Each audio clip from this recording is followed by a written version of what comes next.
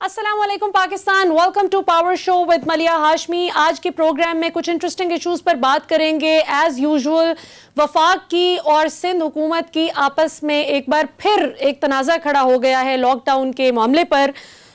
ये एक ऐसा इशू है जिस पर आज के प्रोग्राम में हम बात करेंगे। इंशाल्लाह पाकिस्तान की मईशत के हवाले से भी बात करेंगे कि क्या क्या अच्छी खबरें आ रही हैं पाकिस्तान के किसान के लिए, पाकिस्तान की मिडिल क्लास के लिए, जो पिछले 3 साल से मुसलसल इस उम्मीद पर खड़ी है कि अब हालात बेहतर होंगे कि कब होंगे।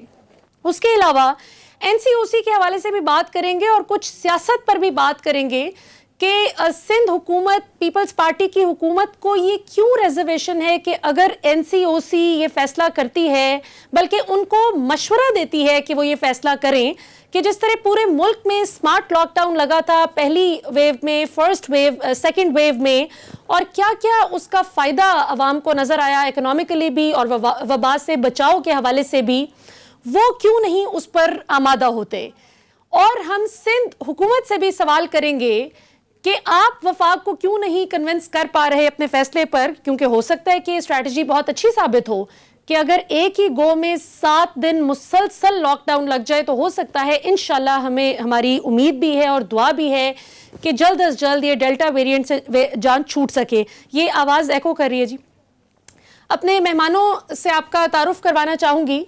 हमारे साथ मौजूद हैं ब्रिगेडियर रिटायर्ड फारूक हमीद साहब और नादिर गबोल साहब हमें ज्वाइन करेंगे, और उनके साथ मौजूद होंगे मुजम्मिल असलम साहब।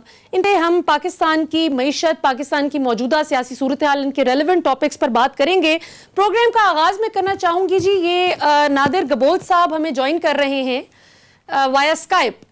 नादिर गबोल साहब, आपसे मैं पहला सवाल आपके सामने रखना चाहूंगी कश्मीर इलेक्शन के हवाले से। लॉकडाउन पर भी हम बात करेंगे, लेकिन पहले जरा मैं कश्मीर इलेक्शन के हवाले से आपसे पूछना चाहूंगी कि आपके वालिद साहब नबील गबोल साहब, जो कि पीपल्स पार्टी का एक बहुत जाना माना फेस है, उन्होंने एक बहुत बड़ा इंकशाफ किया है कि हमें वादा तो 11 सीट्स का किया गया था, वादा तो 16 सीट्स का किया गया था, लेकिन हमें मिली 11 सीटें हैं। ये क्या मामला है, किसने वादा किया था उनसे? देखिए, वादा तो जो हमारी पाकिस्तान पीपल्स पार्टी की जो तंजीम थी वहाँ पे जो वर्क कर रही थी, जो एक्टिव थे हमारे एमपीएस एमएनए जो बाकी से गए थे वहाँ पे वर्क करने के लिए, उन्होंने वादा किया था कि इंशाल्लाह कोशिश करेंगे कि आपको 16 से 20 सीट बल्कि उन्होंने बोला था। और मेरे वालिद साहब ने यही कहा था। अनफॉर्चुनेटली जो एंकर पर्सन थे उस टीवी चैनल के, उन्होंने सनसनी करने के लिए इतना जल्दी उसके ऊपर कॉमेंट दे दिया अपना, और ये इंप्रेशन दे दिया कि शायद वो किसी तीसरी कुव्वत की बात कर रहे हैं, पर उनका कोई इस तरह का मतलब नहीं था। वो कह रहे थे कि जो हमारी टीम वहाँ पे ऑन ग्राउंड वर्क कर रही थी, काफी आपको पता है 2-2.5 महीनों से 3 महीनों से वहाँ पे काम कर रही थी हमारी टीम, बल्कि हमारी जो लीडरशिप है, खुद बिलावल भुट्टो जरदारी साहब, आसिफा भुट्टो जरदारी साहिबा और फरियाल तारपुर साहिबा, वो तीनों भी मौजूद थे कश्मीर के इलेक्शन में। टिकट देने में भी उन्होंने खुद इंटरव्यूज दिए थे तमाम कैंडिडेट्स के, और जलसे भी किए, वर्कर से खुद मिले। तो मेरे वालिद साहब का इशारा हमारे वर्कर्स, हमारी टीम के ऊपर था। कते इस तरह का कोई प्रश्न नहीं देना चाह रहे थे। अच्छा, कि लेकिन उनका जो क्योंकि वो बड़े सीजन एंकर पर्सन है जिन्होंने सवाल किया था, और जवाबन आपके वालिद साहब ने एक मानी खेज तरीके से मुस्कुराए थे। उन्होंने कहा कि अब मैं क्या नाम लूं। लेकिन फिर ये बताइए, अगर आपकी बात मान ली जाए कि आपके वालिद साहब तो कश्मीर में आपकी जो पीपल्स पार्टी की तंजीम थी उसको रेफर कर रहे थे और किसी तीसरी कुव्वत की तरफ उनका इशारा नहीं था, तो फिर बिलावल जरदारी साहब जो आपकी पार्टी के चेयरमैन हैं, उन्होंने क्यों शो कॉज नोटिस जारी किया है नबील गबोल साहब को स्टेटमेंट पर? नहीं, मुझे तो इस वक्त कोई शो कॉज नोटिस का नहीं है इस वक्त। अगर आपके पास है कोई कॉपी, क्योंकि मेरी खुद बात हुई है मीडिया पर बात चल रही है। नहीं, मेरी खुद बात हुई है लीडरशिप से, हमारी पार्टी की लीडरशिप को हमने खुद वाजे किया है कि हमारा कोई इस तरह का। कल मेरी बात हुई है। आपकी बात कल हुई है। मैं आपको अभी से 5 मिनट पहले तक की खबर बता रही हूँ कि मेरी आपकी पीपल्स पार्टी की बड़ी सीनियर लीडरशिप से बात हुई, उन्होंने कंफर्म की है बात, 2 लीडर्स ने कंफर्म की है। अगर आया भी है तो उसका यही हम जवाब देंगे कि हम इस तरह का कोई इंप्रेशन नहीं देना चाह रहे थे। ना मेरे वालिद साहब कभी भी नहीं देंगे इस तरह का इंप्रेशन, क्योंकि वो पाकिस्तान पीपल्स पार्टी के साथ 35 साल से उनका ताल्लुक रहा है। शहीद मोहतरमा बेनजीर भुट्टो जब जलावतनी से आई थी वापस पाकिस्तान, अपना पहला इलेक्शन लड़ी थी, तब से उनका साथ दिया। और तो ऐसा शख्स जो 35 साल से ज्यादा पाकिस्तान पीपल्स पार्टी के साथ मुंसलिक रहा है, वो कभी भी नहीं इस तरह का इंप्रेशन देगा आवाम को, क्योंकि ये सच भी नहीं है, इसमें सच्चाई भी नहीं है। क्योंकि पाकिस्तान पीपल्स पार्टी वो वाहिद जमात है जो हमेशा आवाम की सियासत करके आगे आती है। और ठीक है, बिल्कुल ठीक है। आपके वालिद साहब के पॉलिटिकल स्टैचर पर तो हमें कोई शक शुबा भी नहीं, हम सब देखते आए हैं, we grow up watching him grow as a politician. ये बताइए कि अभी जो लॉकडाउन की बात है वो बहुत ज्यादा इस वक्त अब हॉट टॉपिक है, पूरे मुल्क में डिस्कशन हो रही है। आप पहले जरा सिंध हुकूमत का मौकफ, अपनी पार्टी का मौकफ जरा इसमें बयान कर दीजिए, उसके बाद फिर मैं आपके आगे सवालात रखूंगी कि आप लोगों ने क्या सोचकर मुकम्मल लॉकडाउन का फैसला किया। आप मुझे सुन पा रहे हैं नादिर साहब? ब्रिगेडियर साहब, यही सवाल मैं आपकी तरफ लेकर चलती हूं, क्या आप मुत्तफिक हैं? क्या ब्रिगेडियर साहब, क्या जी नादिर गबोल साहब, आप मुझे सुन पा रहे हैं? जी, आपका सवाल मैंने सुन लिया है। देखिए, जब कराची शहर में 25-26% तक पहुंच जाए कोरोना पेशेंट्स का रेशियो, तो किसी भी हुकूमत के पास कोई और ऑप्शन क्या होगा बनिस्बत इसके कि आप कंप्लीट लॉकडाउन लगाएं। अगर 10% तक होता तो हम इतने टाइम से हमने आपने देखा कि पिछले हफ्ते तक हमने यही किया था कि 6 बजे तक हमने मार्केट के ऊपर सख्ती की थी कि 6 बजे तक आप अपने एक्टिविटीज जारी रखें, उसके बाद आपने मार्केट्स क्लोज करना पड़ेगा। But once it cross 25, 26, 27%, then we did not have another choice। अब हम इंसानों की जान से खेलें या हम ये सोचें कि मईशत बैठ रही है। हमें एहसास है कि कराची पाकिस्तान का शहर गया है, कराची की वजह से पूरे पाकिस्तान की इकोनॉमी चलती है, और हम कभी भी नहीं चाहेंगे कि पाकिस्तान की इकोनॉमी बैठे, पर हमारे लिए इंसान की जानें ज्यादा इंपॉर्टेंट है। It's more important to save lives, क्योंकि इंसानों की जान जब बचेगी तो इकोनॉमी फिर हम रिवाइव भी कर लेंगे इंशाल्लाह, पर अगर इंसान ही नहीं बचेगा तो इकोनॉमी का हम क्या करेंगे? बिल्कुल ठीक। तो चले मैं जरा ब्रिगेडियर साहब की तरफ ये सवाल लेकर चलती हूँ और फिर I come back to you with this question.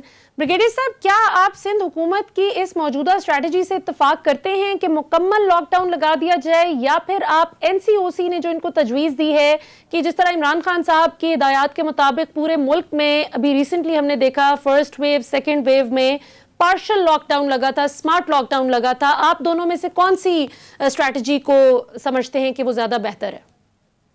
बिस्मिल्लाहिर्रहमानिर्रहीम, बहुत शुक्रिया मलिया साहिबा। देखिए, पहली बात तो ये समझने की है और सिंध गवर्नमेंट को भी समझनी चाहिए कि एनसीओसी ये इस वक्त हाईएस्ट डिसीजन मेकिंग बॉडी है, अथॉरिटी है इन पाकिस्तान, जो कि ये कोविड को मैनेज कर रही है पिछले 1.5 साल से। और वहां पे जो फैसले होते हैं वो बड़ी मशावरत के साथ, बड़ी सोच विचार के साथ और बड़ी डिलिब्रेशन के साथ। तो लिहाजा सिंध गवर्नमेंट को नहीं सडनली ये जो अब्रप्ट फैसला किया है, मैं समझता हूँ कि ये दिस वाज नॉट इसको कहते हैं अंग्रेजी में इल एडवाइज्ड डिसीजन था। देखिए, पहली बात तो ये है कि मानते हैं कि जाने बचाने जो है वो प्रायोरिटी होती है, लेकिन उसका भी कोई तरीका होता है। ये नहीं होता कि आप अपने आवाम को, आम शहरियों को थ्रेटन करें कि हम उनके सिम बंद कर देंगे, हम उनकी तनख्वाहें बंद कर देंगे, ठीक है ना। और उसका रिएक्शन इन्होंने देख लिया कि कैसा पैनिक इन्होंने क्रिएट किया सिंध में, ख़ुसूसन कराची में पैनिक हुआ, which led to social disorder, social unrest। और कैसे वैक्सीनेशन सेंटर पे हमने देखा कि वहां पे अपना हंगामा राई हुई, बल्कि लफ्ज इस्तेमाल किए कि क्लैशेस हुए, लोग लड़ाई हुई है। कैसे जनाब वहां पे जो मिसमैनेजमेंट जो है वैक्सीनेशन के सामने आई है। मैं कहना ये चाहता हूँ, with all respect to my dear Nadir Gabol साहब, कि जनाब देखे, ये आपको पॉलिटिकल मैच्योरिटी दिखानी चाहिए कि रैश फैसले जब आप करते हैं तो वो बाउंस बैक करते हैं, और ये रिफ्लेक्ट करता है आपकी मिस गवर्नेंस ओवरऑल, जो हम पिछले 13 साल से सिंध में खुसूसन कराची में देख रहे हैं। मैं ये कहता हूं कि आज जो कुछ हुआ, ये कल से जो हो रहा है मामला, और फिर उन्होंने जो यू टर्न लिया और बड़े फैसले आज वापस लिए, जब खप पड़ी है कराची में, ताजरों ने रिएक्ट किया है, बिजनेसमैन ने रिएक्ट किया है, अवाम ने रिएक्ट किया है। भाई, आप 14 दिन तो आप बंद करना चाह रहे थे, प्लान तो 14 दिन का था, और 14 दिन में आप बताएं कि वो जो वाकई जो डेली वेजर है, जो आम आदमी है, वो क्या करेगा भाई? क्या फिर उसको फेडरल गवर्नमेंट को आना इंटरवीन करना पड़ेगा? क्या फिर 200-300 अरब रुपए उनमें बांटना पड़ेगा? आप खुद का, आपके पास तो पैसे नहीं है, अगर है तो पता नहीं वो कहां पे है। और दूसरी, आज मैं 2 बातें, आज जो मिसमैनेजमेंट नजर आई है कि 35 किलोमीटर आउटसाइड कराची बसों में लोगों को उतार के देवर टोटली बेचारे बेयार वदगार थे। और मुझे एकदम मुझे इंडिया के सीन याद आ गए कि कैसे जब वहां पे गड़बड़ हुई तो लोगों ने एनमास सड़कों पे चलना शुरू कर दिया, कोई इधर जा रहा है, टोटल पैनिक और केओस जिसको कहते हैं। और दूसरी बात, मुझे आज बड़ा इतराज है जो रिस्पेक्टेड चीफ मिनिस्टर सिंह, जो कि मैं कहता हूं पढ़े लिखे आदमी हैं और एक यंग डायनामिक आदमी है, आई लाइक हिम पर्सनली, माजी में जो चीफ मिनिस्टर आते रहे, लेकिन वो कल क्या कहते हैं अपनी प्रेस कॉन्फ्रेंस में, पहली मर्तबा वो इस चीज को एक्सेप्ट कर रहे हैं कि जनाब 400 में से 20 लोगों की डेथ हुई है ड्यू टू वैक्सीनेशन के बाद। अब आप मुझे ये बताएं, सोशल मीडिया पे हंगामा हो गया, लोगों ने कहा कि आप हमें ये बता रहे हैं कि वैक्सीनेशन से भी डेथ हो सकती है, वेरा ये नैरेटिव हमारा नहीं होना चाहिए था। आपने ये बात करके और लोगों में पैनिक और केओस क्रिएट किया। मैं जुमला ये कहना चाहता हूं with all respect again to Nadir साहब, देखें ये आज फिर साबित कर रहा है, तो इतने अरसे से हम कह रहे हैं जो सिंध गवर्नमेंट की मिस गवर्नेंस आ रही है 13 साल से, एजुकेशन है, करप्शन है, एग्जामिनेशन सिस्टम का फेलियर, ये Sindh is right for a change. अब हमें 2 साल इंतजार करना पड़ेगा अगले इलेक्शन में। आई डोंट नो कितनी कामयाबी से पीटीआई जो है वो सिंध में पेनिट्रेट करती है अगले 2 साल में, अभी उनकी हिकमत अमली सामने उस तरह नहीं आई है। बिल्कुल सही। वैसे सिंध में तो पीटीआई का मेरा नहीं ख्याल कि ग्राउंड में कोई इतना हाल है कि वो कोई टफ टाइम दे सकें politically, I don't think so. अभी नादिर साहब के आगे सवाल रखते हैं, लेकिन इससे पहले कि मैं नादिर साहब की तरफ वही सवाल लेकर चलूं जी प्लीज गो अहेड। पहले हमने ये भी सुना कि 25 से 26 लोग जो क्वारंटीन हुए थे, गालिबन को लियाकताबाद में कोई हॉस्पिटल है, वहां से वो लोग भाग गए। What I am trying to say, और फिर देखें ना चीफ मिनिस्टर साहब क्या कहते हैं कि भाई अगर आप वो वैक्सीन सर्टिफिकेट नहीं दिखाएंगे या वैक्सीनेशन नहीं करेंगे तो पुलिस वालों की चांदी हो जाएगी। मतलब आप खुद एडमिट कर रहे हैं कि 13 साल की हुकूमत के बाद आपकी पुलिस अभी भी नहायत करप्ट है। अब आप बताएं कि अब मैं आगे क्या बात करूं। बिल्कुल सही। अच्छा, यहाँ पर जरा असद उमर साहब जो कि एनसीओसी को जाहिर है कि वो करता धरता है, एनसीओसी को हेड कर रहे हैं, ये जरा ट्वीट उनकी मैं अगर आपको स्क्रीन पर भी दिखाई जा सके जरा दिखाएं प्रोड्यूसर साहब, अवाम को जरा ट्वीट दिखाएं की जो बात करते हैं बिलावल साहब पर तनकीद करते हुए कहते हैं कि जी Bilawal Zardari says that if what happened in India happens in Karachi, Prime Minister will be responsible। कि बिलावल जरदारी साहब कहते हैं कि जो कुछ भारत में हुआ अगर वही कुछ पाकिस्तान में कराची में हुआ तो वजीर आजम साहब इसके जिम्मेदार होंगे। जरदारी साहब, mister Zardari, what you wanted lockdown lockdown lockdown, उन्होंने तंजन कहा कि आप क्या चाहते हैं कि जिस तरह मोदी ने लॉकडाउन लगा दिया और मुकम्मल कर्फ्यू, ब्लैंकेट कर्फ्यू की सूरत हाल हो गई भारत में, और उसके बाद दुनिया ने डेविस्टेशन देखी, तबाही देखी कि किस तरह से फिर जो उनको गुर्बत ने भी आ लिया। तो ये बेसिकली असद साहब जो तनकीद यहाँ पर कर रहे हैं, नादिर गबोल साहब आपकी जमात की जो जाहिर है हुकूमत है सिंध में, आपकी सिंध हुकूमत पर उनकी तनकीद ये है कि आप लोग मईशत का बेड़ा गर्क कर देंगे। जो जाहिर है कि तंग गलियों में मोहल्लों में रहने वाले लोग हैं वो तो क्या करें, जो मजदूर है, जो रोज कमाता है, डेली वेजर है, जो कमाता है तो खाता है, वो कहाँ जाएगा, वो क्या करेगा? इस चीज का क्या आप लोगों के पास स्ट्रैटेजी है फिर?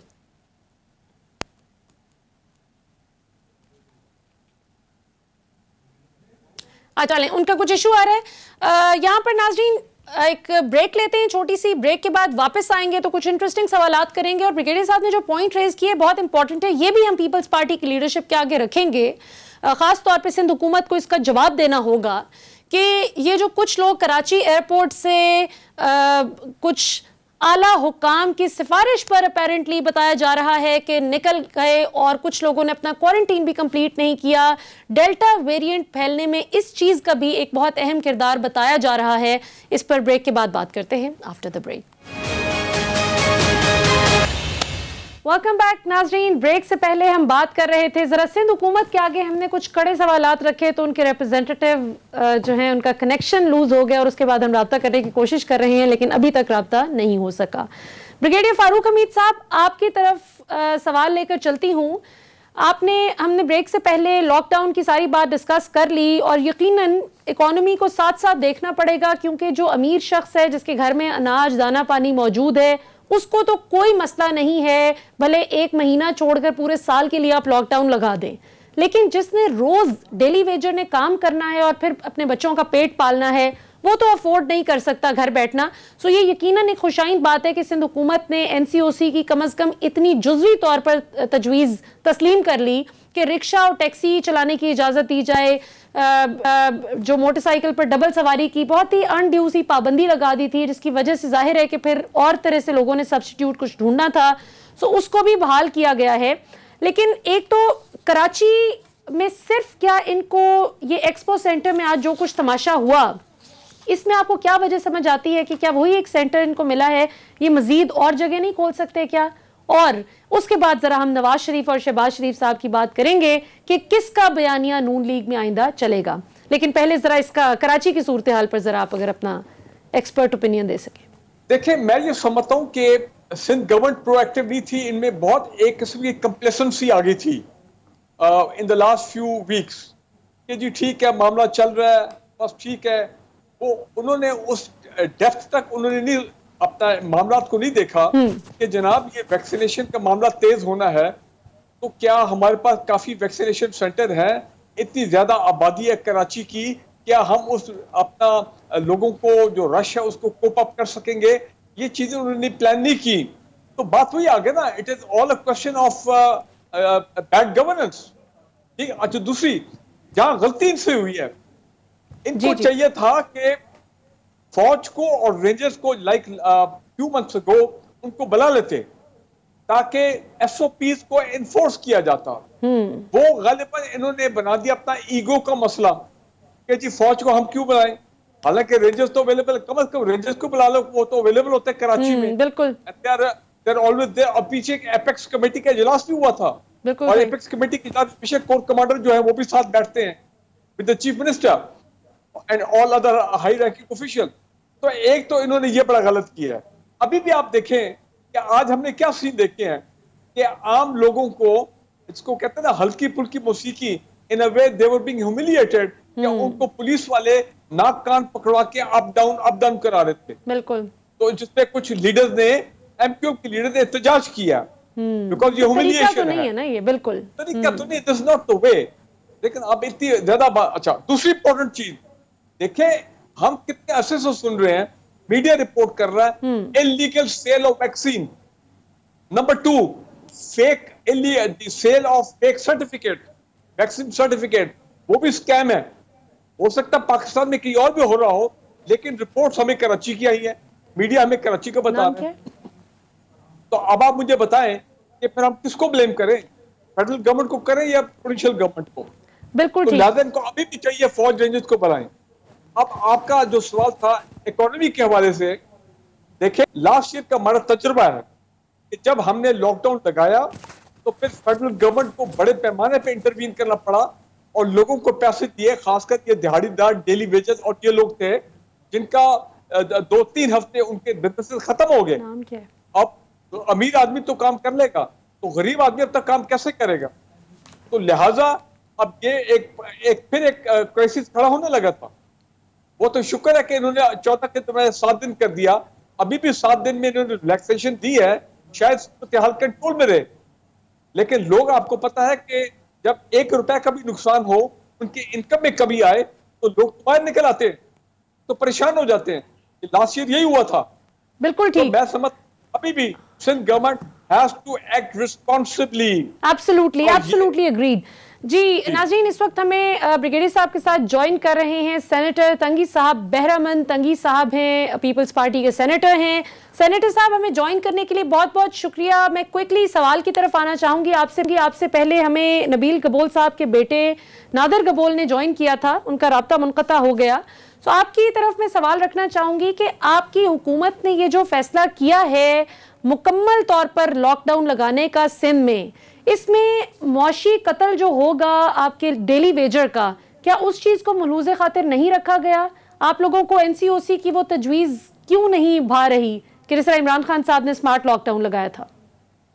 बिस्मिल्लाहिर्रहमानिर्रहीम। मलिहा, देखिए बात यह है कि हम टॉक शो पे बैठ के बात करते हैं और बात करना बहुत आसान है, लेकिन 30 फरवरी 2020 को जब पहला केस आया कराची में जी, तो उसी दिन से लेके आज तक पाकिस्तान पीपल्स पार्टी ने कोरोना पर न सियासत की है, न पॉलिटिकल स्कोरिंग की बात की है, बल्कि पाकिस्तान पीपल्स पार्टी ने हमेशा इमरान को लीड करने के लिए कहा था और उस वक्त जब भी डिजास्टर आता है, जब भी कोई वबा मुल्क में आता है, तो मुल्क का वजीर आजम कौम को यकजा करके लीड करते हैं, जो कि अनफॉर्चुनेटली मौजूदा सेलेक्टेड प्राइम मिनिस्टर ने ड्यूरिंग द कोरोना 1.5-2 साल पूरे होने को है, जो कि कौम को मुत्तहिद नहीं किया। कभी उसको जुकाम कहा कि उसको मतलब कि 150 बंदों को मरना चाहिए था, कभी 1.5 बंदों को मरना चाहिए था, कभी स्मार्ट लॉकडाउन की बात, कभी सिंध की हुकूमत की मुखालिफत की।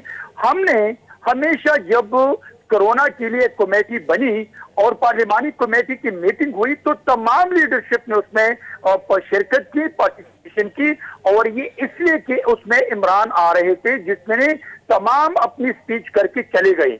अभी मैं आता हूं कि लॉकडाउन पीपल्स पार्टी की हुकूमत ने क्यों की और लोगों की माशी कत्ल क्यों कर रहे हैं। आपको याद है कि पाकिस्तान पीपल्स पार्टी ने उन लोगों को रिलीफ दिया जो कि वो किराएदार थे, उन लोगों को रिलीफ दिया है कि उसके बिल आ रहे थे, उन लोगों को रिलीफ दिया जो डेली वेजेस थे, उन लोगों को रिलीफ दिया जो घर के दहलीज पर उनको राशन दे रहे थे। और यही पाकिस्तान पीपल्स पार्टी का मंशूर है। नहीं तो ताजिर तो आपसे खुश नहीं है सेनेटर साहब, कता कलामी की माजरत, लेकिन ताजिर बरादरान तो बहुत सख्त नाराज है। वो कहते हैं कि सिंध हुकूमत ने जो वादा कर रखा था कि हम सिंध बैंक के जरिए आपको लोन्स दिलवाएंगे, टैक्स में छूट मिलेगी, किराए में छूट मिलेगी, वैसी कोई पॉलिसी सामने नहीं आई। और स्मार्ट लॉकडाउन के हवाले से जो आपके कराची में बैठा हुआ ताजिर है, सिंध में बैठा हुआ ताजिर, वो कहते हैं कि वजीर आजम इमरान खान की बात ठीक है कि आप SOPs पे सख्ती से अमल दरामद करवाएं, लेकिन आप बंद ना करें बाजार। तो उस हवाले से आप क्या कहेंगे? देखिए मेरी बात सुने, जहां तक ताजिर कम्युनिटी है तो पाकिस्तान पीपल्स पार्टी ने ताजिर कम्युनिटी को जो रिलीफ दिया था वो मैं आपको बयान कर रहा हूं। और मैं आपको बताना चाहता हूं कि बेशक कुछ लोग होंगे कि वो लॉकडाउन से मुतासिर होंगे और उसकी रिजल्ट होगी, लेकिन हुकूमत वक्त जो सिंध हुकूमत है उसने हर सेक्टर में एक रिवॉल्यूशन लाने की कोशिश की है कि हम कोरोना के दौरान तमाम उन लोगों को, चाहे वो छोटे दुकानदार हो, चाहे वो इंडस्ट्रियलिस्ट हो, चाहे वो चाबड़ी पेरोश हो, चाहे वो डेली वेजेस हो, चाहे वो किराएदार हो, उसके मुख्तलिफ सेक्टर में जब वो इलेक्ट्रिसिटी के बिल में उनको रिलीफ दिया, उनको मुफ्त सैलरीज दी, उनको एजाजिया दिया गया उनको। लेकिन अभी अगर सपोज वो 1 हफ्ते के लिए लॉकडाउन चाहते हैं तो कौम के लिए, मिल्लत के लिए और मुस्तकबिल के लिए ये लॉकडाउन जरूरी है। नहीं वो ठीक है, कुछ देर के लिए, हफ्ते के लिए ये बात समझ में आती है कि अल्लाह करे आपकी स्ट्रेटजी कामयाब हो जाए कि फिलहाल इकट्ठा 7 दिन बंद कर दिया जाए पूरा शहर, कि चलो अल्लाह करे डेल्टा वेरिएंट काबू में आ जाए, वो ठीक है, डेली वेजर पिसेगा, वो सारी बात अपनी जगह। लेकिन ये ताजिर बरादरान को जो रिलीफ मिला है वो इससे इत्तेफाक नहीं करते। बहरहाल चूंकि वक्त की किल्लत है हमारे पास, तो सेनेटर साहब आपके पास एक और सवाल आपके सामने रखना चाहूंगी।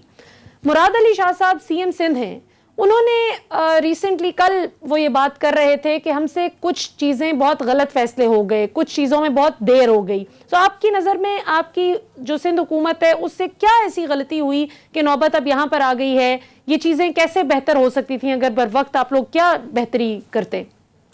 देखिए मेरी बात सुने, यही तो पाकिस्तान पीपल्स पार्टी की लीडरशिप का और जिम्मेदारान की एक मॉरल पॉलिटिकल रिस्पॉन्सिबिलिटी बनती है कि अगर सपोज कोई गैप और डिफिशियंसी आती है तो हम एक्सेप्ट करते हैं। अगर सपोज मतलब कि 26 फरवरी को जब पहला केस आ गया और फिर अल्लाह ने उसको सेहतमंद करके उनको वो चला गया और आज भी वो जिंदा है, तो उस वक्त मतलब कि हमने अवेयरनेस सेशन शुरू नहीं की थी।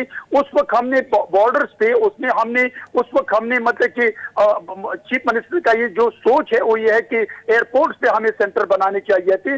लेकिन मैं समझता हूं कि ये स्टेटमेंट मैंने नहीं सुना है चीफ मिनिस्टर की, लेकिन चारों सूबों में पाकिस्तान पीपल्स पार्टी की सिंध के और पार्टी के जो चीफ मिनिस्टर है मुराद अली शाह साहब, फ्रंट फुट पे कहला और उसने अपने ये नहीं सोचा कि मैं रिलीफ दे रहा हूं, बल्कि उसने हमेशा सिंध के अवाम को, कराची के अवाम को ये कहा कि ये आपका हक है। सेनेटर साहब गलत क्या हुआ है फिर सिंध हुकूमत? क्योंकि मुराद अली शाह साहब खुद भी मान रहे हैं ना कि गलतियां हमसे हुई हैं, कुछ फैसले बहुत गलत हुए। मलिहा जब 2 साल पहले ये कोरोना आ गया था तो उसमें मुख्तलिफ ऑप्शन है, उसमें लॉकडाउन भी था, उसमें अवेयरनेस सेशन भी था, उसमें बॉर्डर पे सेंटर बनाने भी थे, उस पे एयरपोर्ट्स पे भी सेंटर बनाने थे। कि अगर मतलब कि उस वक्त शाह साहब ये रियलाइज करते हैं कि किसी जगह पे हमसे गलती हो चुके, तो ये भी एक वो बात है कि अवाम के सामने उसने ली। लेकिन मैं एक बात बता दूं कि चारों सूबों में मुराद अली शाह साहब ने जो रोल प्ले किया है, वो पाकिस्तान के इदारों ने नहीं, वो दुनिया के इदारों ने उसको रिकॉग्नाइज और उसको अप्रिशिएट किया है कि मुराद अली शाह साहब ने एक कंस्ट्रक्टिव रोल प्ले किया है। और उसने कहा कि ये आप पे एहसान नहीं है, बल्कि ये मेरी एक मॉरल रिस्पॉन्सिबिलिटी है कि अवाम को रिलीफ देना, रिलीजियस के घर पे उसकी दहलीज पर उनको हक देना, ये आप पे एहसान नहीं, ये आपका हक तो जो मैं पहुंचा रहा हूं। तो मेरे ख्याल में अभी भी हम चाहते हैं कि कोरोना पे हम सियासत न करें। जी अच्छा, यहाँ पे सेनेटर साहब, यहाँ पे इंटरेस्टिंग बात यह कि जाहिर है आपके इमरान खान साहब से जो सियासी इख्तलाफात हैं वो अपनी जगह, लेकिन इमरान खान साहब को पूरी दुनिया में रिकग्नाइज किया गया, यूनाइटेड नेशंस ने तारीफ की उनकी हुकूमत की स्मार्ट लॉकडाउन की पॉलिसी को, जिसके बिल्कुल खिलाफ जा रही है इस वक्त सिंध हुकूमत। उस पर आप क्या कहेंगे? दुनिया तारीफ कर रही है।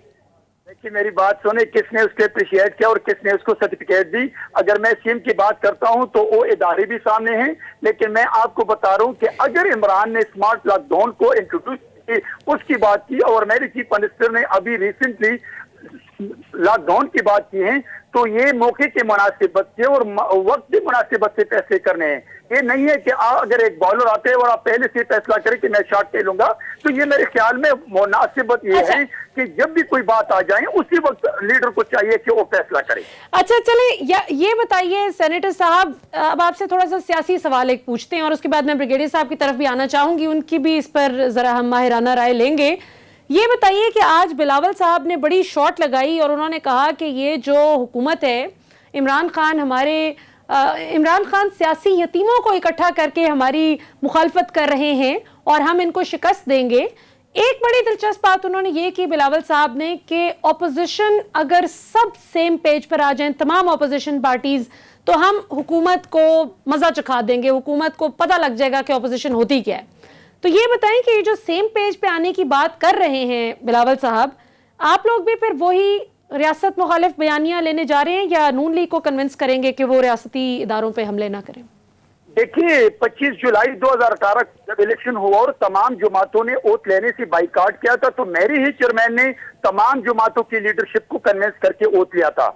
मेरे लीडर के पॉलिटिकल विजन ये था कि नहीं, अगर ये डेमोक्रेटिक प्रोसेस को आगे बढ़ना है तो हमें वोट लेना है। और हमने वोट लेके हमने खड़े होके, मेरे चेयरमैन ने कहा था कि आगे बढ़े, हम आपका साथ दे रहे हैं, आप लेजिस्लेशन ले आए, आप कानून साजी ले आए, मुल्क के लिए, इदारों के लिए, 22 करोड़ आवाम के लिए, आई विल सपोर्ट यू। लेकिन आज भी पीडीएम जब बना तो पीडीएम के भी प्लेटफॉर्म से मेरे चेयरमैन कि नहीं, हम जिमनी इलेक्शन भी लड़ेंगे, हम सेनेट के इलेक्शन भी लड़ेंगे, इसलिए कि डेमोक्रेटिक प्रोसेस में हम बिलीव करते हैं पार्लिमानी सियासत पर और पार्लियामान के अंदर मुल्क के इदारे मुल्क के लिए खिदमत कर।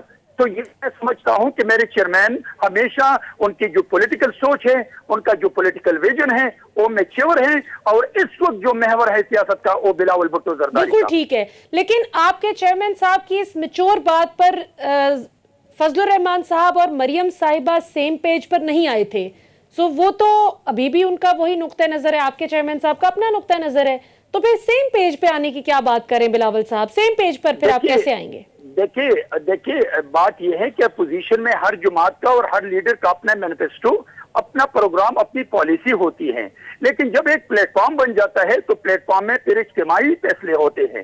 पीडीएम के प्लेटफॉर्म से मेरे चेयरमैन ने कहा था कि इलेक्शन लड़ना चाहिए, इलेक्शन लड़ा और इमरान को एक्सपोज किया पूरे पाकिस्तान में कि तमाम इलेक्शन हार गई।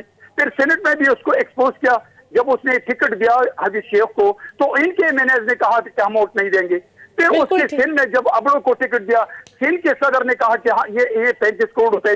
बलूचिस्तान में कादर को टिकट दिया, बलूचिस्तान के सदर ने कहा कि 70 करोड़ रुपए इमरान ने ली। तो ये इमरान को पॉलिटिकल विजन ने एक्सपोज किया, और ये मैं समझता हूं कि आज भी अगर मौलाना फजलुर रहमान साहब और मरियम बीबी को अगर क्लोज डोर पीडीएम के मसाइल को रिजॉल्व कर लेते तो आज इमरान की, आज मरियम की और आज मौलाना अब्दुल रहमान की सियासत पे ये नौबत ना होती। अच्छा, आखिर में क्विकली, क्योंकि ब्रेक का वक्त हो गया है, क्विकली ये बताएं कि ये जो अभी नबील गबोल साहब ने बात की है कि हमसे 16 सीटों का वादा किया गया था लेकिन सिर्फ 11 मिली हैं, किसने वादा किया था पीपल्स पार्टी से? देखिए, पाकिस्तान पीपल्स पार्टी हमेशा अवाम की ताकत पर और अवाम के वोट पर यकीन रखने वाली जमात है। ये तो आप उनसे पूछ सकते हैं, लेकिन जहां तक मैं समझता हूं तो पाकिस्तान पीपल्स पार्टी की तकरीबन 10 सीट ऐसे हैं कि वहां पे 100, 150, 200 वोटों से हरवाया गया। और ये मैं समझता हूं कि पाकिस्तान पीपल्स पार्टी के वोट सीटें, भाई ये तो आप समझते हैं कि जब सेलेक्टेड प्राइम मिनिस्टर साहब जब वहां भेजते हैं फेडरल मिनिस्टर्स को और वहां पे पैसों से खरीदारी करते हैं, लेकिन वहां पे सेनेटर साहब, वहां पे तो हुकूमत नून लीग की थी ना, राजा फारूक हैदर साहब के अंडर ये सारे इलेक्शन। आपने फेडरल मिनिस्टरों के हाथों में जो दौलत के जो बंडल नहीं देते थे जब वो पैसों से खरीदारी कर रहे थे, निजाम तो सारा नून लीग के अंडर था सेनेटर साहब, निजाम तो सारा नून लीग की हुकूमत के अंडर था। इलेक्शन कमीशन उनका, पोलिंग का अमला उनका। आप फायरिंग भी देख रहे थे, आपने पैसे तकसीम करने को वो दोनों तरफ से हुई, दोनों तरफ से हुई, मुराद सईद और अली अमीन गंडापुर पर भी हुई। वहां पर इमरान के जो फेडरल मिनिस्टर गए थे उन लोगों को शहीद भी कर रहे थे, उन लोगों को जख्मी भी कर रहे थे, उन लोगों को पैसे भी दे रहे थे और पैसे के बलबूते पर उसने मदद किया। लेकिन मैं समझता हूं कि हमसे किसी ने कमिटमेंट नहीं किया, हमसे कमिटमेंट किया था आजाद कश्मीर के आवाम ने और आजाद कश्मीर के आवाम को हम सलाम करते हैं कि जी ठीक है, बहुत शुक्रिया। यहाँ पर नाजरीन वक्त हुआ एक शॉर्ट कमर्शियल ब्रेक का, ब्रेक के बाद वापस सेशन को रिज्यूम करते हैं आफ्टर द ब्रेक।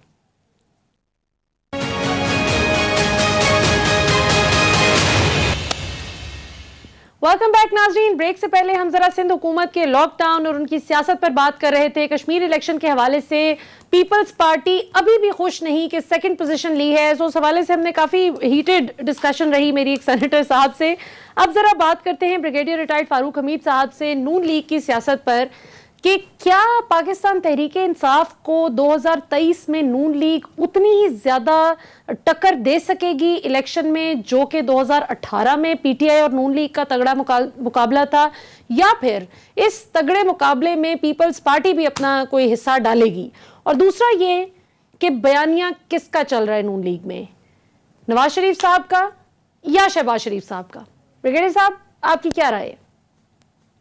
मलिया साहबा, बड़ी इंटरेस्टिंग सूरत हाल डेवलप होगी, हम पीएमएलएन में देख रहे हैं जी। बल्कि उनके लोग भी अब हमें लाहौर में बता रहे हैं कि पीएमएलएन के अंदर वाकई इस वक्त एक क्राइसिस सिचुएशन है। मरीम नवाज की सरबराही में उनका एक डोमिनेटिंग रोल था, पीडीएम को उन्होंने बड़ी खूबसूरती से कोलैप्स कराया। फिर उसके बाद वो सेनेट इलेक्शन में जारी बात है पीटीआई को एक बाजी बर्तरी हासिल हुई with respect to the other party, और फिर एजेके का, यानी कि डिबेकल आफ्टर डिबेकल। वो कह रहे हैं कि इस वक्त तो मेरी भी असेसमेंट ये सूरत हाल ये है कि टॉप जिम्मेदार लीडरशिप ऑफ द पीएमएलएन उन्होंने मरीम नवाज साहिबा को डिच कर दिए। अब वो बिल्कुल तनहा रह गई, अच्छा। एक दो लोग उनके साथ हैं। और शहबाज शरीफ साहब इतने नाराज, इतने अपसेट हैं कि वो पार्टी जो कि आजाद कश्मीर में पावर में थी, जिस तरह भी आप अपने शुरू पे थोड़ी देर पहले बात कर रही थी कि वो पावर में थी पार्टी, लेकिन अब रह गई 4-5 सीटें। They've come number 3, peoples party 11 सीटें ले गई है, ठीक है ना। तो मरीम नवाज, और वो ये है कि मरीम नवाज ने कैंपेन लीड किया और वहां पे भी डिबेकल हो गया। तो अब मैं आपके सवाल की तरफ आ रहा हूं। देखें, 2023 में इलेक्शन में अगर पीएमएलएन ने पीटीआई को टफ टाइम देना है तो फिर उनको मरीम नवाज को सीन से ऑफ करना पड़ेगा। अच्छा, क्योंकि मरीम नवाज का नैरेटिव, नवाज शरीफ का नैरेटिव, ये हार्डलाइनर जो एंटी एस्टैब्लिशमेंट, एंटी आर्मी, जो भी आप कहें भाई, ठीक है, लेकिन वो नैरेटिव लोगों ने रिजेक्ट कर दिया। अगर मरीम नवाज रहती हैं to lead the PML campaign in the next 2 years, मैं आपको आज बता रहा हूं, लिख लें, PTI will get A 2/3 majority. मैं बात कर रहा हूं अपने नेशनल असेंबली की, और जारी बात है उसका इफेक्ट होता है फिर अपना प्रोविंशियल में भी आता है। तो मरीम नवाज इज द, जिसको कहते हैं ना, is the game destroyer for the PMLN. और मुझे लग रहा है कि शहबाज शरीफ साहब जो है ना, जो अब सीन से गायब हो गए हैं, इस खबर में भी लोग कह रहे हैं कि सदाकत है, वजन है, कि he is very very annoyed कि ये पीएमएलएन को बर्बाद करने में, देखे ना, अच्छी भली पार्टी पावर में 10 दिन पहले, अब उसकी क्या हालत होगी वहां पे। तो वो जनाब, वो उनके अंदर शोडाउन हो गया। बिल्कुल ठीक है। ब्रिगेडियर साहब, हमें ज्वाइन करने के लिए बहुत बहुत शुक्रिया। नाज़रीन, हमारे प्रोग्राम का वक्त खत्म हो, गिल तो नहीं चाहता इजाजत लेने का, क्योंकि बहुत ही इंटरेस्टिंग डिस्कशन चल रही थी। लगता यही है कि नून लीग में इस वक्त जो शहबाज शरीफ साहब बात कर रहे हैं, जो शख्स उस बयानिए के साथ चलेगा वो लॉन्ग टर्म पॉलिटिक्स में चलेगा, और जो मरियम नवाज साहिबा के साथ चले हैं लोग, वो जलसे में, बड़े बड़े जलसे, लोग आ जाना, तालियां तो बहुत मिली, दाद वसूल हुई, लेकिन वोट नहीं पड़ा। तो शहबाज शरीफ साहब कहते हैं कि मेरी सियासत में आपको वोट पड़ेगा, मेरी सियासत में बड़े बड़े जलसे ना भी हुए, वोट मिलेगा। इस बयानिए के साथ अवाम आपके साथ खड़ी नहीं होगी। कल इंशाल्लाह आपसे फिर मुलाकात होती है। अब तक के लिए इतना ही। पाकिस्तान जिंदाबाद।